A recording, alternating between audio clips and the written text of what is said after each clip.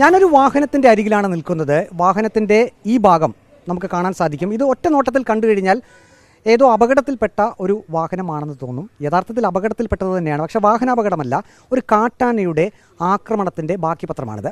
ഇന്നലെ പത്തനംതിട്ട വടശ്ശേരിക്കരയ്ക്ക് സമീപം കുമ്പളത്താമൺ എന്ന സ്ഥലത്ത് വെച്ചാണ് ഈ വാഹനത്തിന് നേരെ കാട്ടാനയുടെ ആക്രമണം ഉണ്ടായത്. ഈ സമയത്ത് ഈ വാഹനത്തിൽ അച്ഛനും മകനുമാണ് ഉണ്ടായിരുന്നത്. ഇപ്പോൾ ആ അച്ഛനും മകനും നമ്മോടൊപ്പമുണ്ട്. കുമ്പളത്താമൺ സ്വദേശിയായിട്ടുള്ള രണ്ടുപേരാണ്, ജോണം ജോർജും അദ്ദേഹത്തിൻ്റെ മകൻ ലിജിൻ ജോർജും. ലിജിനാണ് ഈ വാഹനം ഓടിച്ചിരുന്നത്. ഇവർ പൊതുമരാമത്ത് റോഡിൽ കൂടി പോകുന്ന വഴി റോഡിൻ്റെ അരികിൽ നിന്നും കാട്ടാന പെട്ടെന്ന് റോഡിലേക്ക് ഇറങ്ങി വരികയും ആ സമയം തന്നെ ഇവർ വാഹനം പെട്ടെന്ന് ചവിട്ടി നിർത്തുകയും ചെയ്തു. പക്ഷേ കാട്ടാന വിടാൻ ഭാവമില്ലായിരുന്നു. കാട്ടാന ഈ ഭാഗത്ത് ആക്രമിക്കുകയായിരുന്നു. പിന്നീട് എന്താണ് സംഭവിച്ചതെന്ന് ലിജിൻ തന്നെ നമ്മോട് പറയും. നിങ്ങൾ ശരിക്കും ഭയന്നു പോയി അല്ലേ? നല്ലപോലെ ഭയന്നു പോയി. എന്താ ചെയ്യാൻ, പെട്ടെന്നൊരു സാധനം ഫ്രണ്ടിൽ വന്ന് വിടുമ്പോൾ ബൈക്കുമില്ല ആരാണെങ്കിലും. ഇതെങ്ങനെ നിങ്ങൾ രക്ഷപ്പെട്ടു? ഞങ്ങൾ ആന പോയി കഴിഞ്ഞാൽ വണ്ടിയിൽ നിന്ന് ഇറങ്ങി. അതുവരെ ഞങ്ങൾ വണ്ടിക്കകത്ത് മിണ്ടാതിരുന്നു. എന്നിട്ട് ആന പോയി കഴിഞ്ഞപ്പോൾ വണ്ടിയിൽ നിന്ന് ഇറങ്ങുന്നത്. നിങ്ങൾ വാഹനത്തിൽ വരുമ്പോൾ ആന ആ ഭാഗത്ത് നിന്ന് ഇറങ്ങി വരുമെന്ന് ഒരിക്കലും പ്രതീക്ഷിക്കുന്നില്ല? അവിടെ അങ്ങനെ അതും പട്ടാപ്പകൽ 11 ആ സമയത്തൊക്കെ ആന വരുമെന്ന് ആരും പ്രതീക്ഷിക്കുന്നില്ല. അവിടെ ആന ഓൾറെഡി ഉള്ളതാണ്, പക്ഷേ ഈ സമയത്തൊന്നും ഇറങ്ങി വരുമെന്ന് പ്രതീക്ഷിക്കുന്നില്ല. അത് കാട്ടിൽ നിന്നാണ് പിന്നെയും പറയാം. ഇത് ഒരു റബ്ബർ തോട്ടത്തിനകത്തുനിന്ന് ഇറങ്ങി വന്നത്. ഒരു ജനവാസ മേഖലയാണ്. അതിന് തൊട്ട് മേളിൽ ഹോസ്പിറ്റലുണ്ട്, അങ്ങനെ പല കാര്യങ്ങളും ഉണ്ട്. കാട്ടാൻ ഇറങ്ങി വന്ന ഉടൻ തന്നെ അത് കണ്ടു. നിങ്ങൾ ബ്രേക്ക് ചവിട്ടി നിർത്തി? വണ്ടി ബ്രേക്ക് ചവിട്ടി നിർത്തി റിവേഴ്സ് ഇടുന്നതിന് മുമ്പ് തന്നെ വന്ന് ആക്രമിക്കുകയായിരുന്നു. ആക്രമിച്ചു വണ്ടി കൊമ്പെ കുത്തി കിളത്തി റോഡിൽ നിന്ന് മറിക്കാനാണ് ശ്രമിച്ചത്. റോഡിൽ നിന്ന് ഇറങ്ങിയപ്പോൾ ചള്ളയായപ്പോൾ പോച്ചയ്ക്കകത്തോടെ പോയത്. അപ്പം നേരേക്ക് നീക്കി അത് കുറച്ച് ഒരടിയുടെ വല്ലതും തെറ്റിയായിരുന്നെങ്കിൽ താഴെ ഇടിക്കുഴിയായിരുന്നു, കുഴിക്കകത്ത് തന്നെ പോയേനെ. ഈ വാഹനം അത് മറിച്ചിടാൻ ശ്രമിച്ചു അല്ലേ? കാട്ടാനെ മറിച്ചിടാൻ ശ്രമിച്ചോ വാഹനം? മറിക്കാനാണ് ശ്രമിച്ചത്. അപ്പോൾ റോഡിൽ നിന്ന് തന്നെ മാറി പോച്ചായി കഴിഞ്ഞപ്പോൾ അതിൻ്റെ ഗ്രിപ്പ് അങ്ങ് പോയി. റോഡിലായിരുന്നെങ്കിൽ കറക്റ്റ് മറിഞ്ഞു വീഴത്തേ ഉള്ളായിരുന്നു, കുത്തി മറിയത്തേ ഉള്ളായിരുന്നു. അത് കുറച്ചൊരു പോയിൻ്റോടെ തന്നെയായിരുന്നുണ്ടെങ്കിൽ റോഡിന് ഇടവശത്ത് വലിയൊരു കുഴിയാണ്, കുഴിക്കകത്ത് കാരണം മറിഞ്ഞു വീഴത്തേ ഉള്ളായിരുന്നു. ആരും കാണത്തോളില്ല, റോഡിൽ കൂടെ വരുന്ന ആൾക്കാർ കാണാൻ പോലും വരത്തില്ല. ലിജിൻ്റെ പിതാവും ഈ വാഹനത്തിലുണ്ടായിരുന്നു. ശരിക്കും ഭയന്നു പോയി എന്ന് മനസ്സിലാക്കാൻ കഴിയുന്നു. ഇതിന് മുമ്പ് ഇങ്ങനെ അനുഭവം ഒരിക്കലും ഉണ്ടായിട്ടില്ല. പട്ടാപ്പകലാണ് ഈ കാട്ടാനയുടെ ആക്രമണം അവിടെ ഉണ്ടായത്. രാവിലെ 11 മണിക്കാണ് സംഭവം. എനിക്കാണ് ക്യാൻസറാണ്. ക്യാൻസറിന് വെള്ളിയാഴ്ച കീമോ ഉണ്ടായിരുന്നു കോട്ടയത്ത്. കീമോ കഴിഞ്ഞ് വന്ന് ക്ഷീണം തോന്നിയതുകൊണ്ട് വടശ്ശേരിക്കര VKR പോയി ഒരു ട്രിപ്പ് എടുത്തിട്ട് തിരിച്ചു വരുന്ന സമയത്താണ് ഈ സംഭവം ഉണ്ടാകുന്നത്.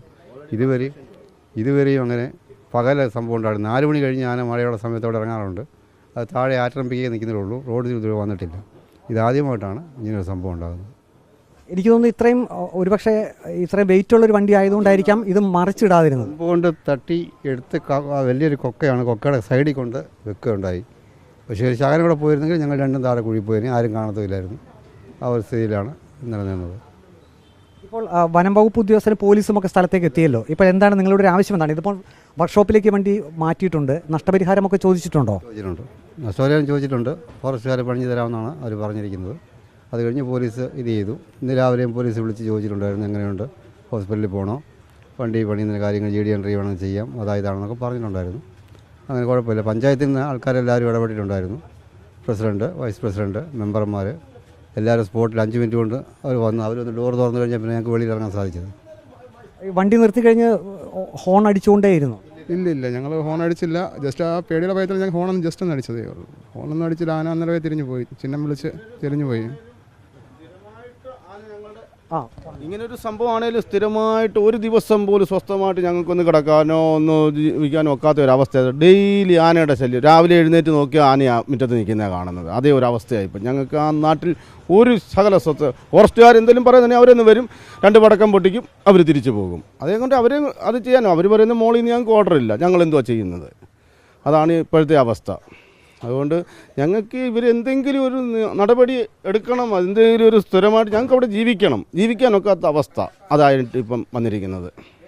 പട്ടാപ്പകൽ പോലും ആ കാട്ടാനയുടെ ആക്രമണം, അതാണ് ഇപ്പോൾ വടശ്ശേരിക്കര കുമ്പളത്താമണ്ണിൽ സംഭവിച്ചിരിക്കുന്നത്. ജനങ്ങളെല്ലാം ഭയചകിതരാണ്. നമുക്ക് ആ വാഹനത്തിൻ്റെ ദൃശ്യം കാണുമ്പോൾ മനസ്സിലാകും എത്രമാത്രം ശക്തിയിലാണ് കാട്ടാനയുടെ ആക്രമണം ഉണ്ടായതെന്ന്. തലനാരിഴയ്ക്കാണ് ഈ വാഹനത്തിലുണ്ടായിരുന്ന അച്ഛനും മകനും രക്ഷപ്പെട്ടത്. വീഡിയോ ജേർണലിസ്റ്റ് അജി കുടുംബനൊപ്പം reporter Praveen Purushothaman, in reporter, Pathanamthitta.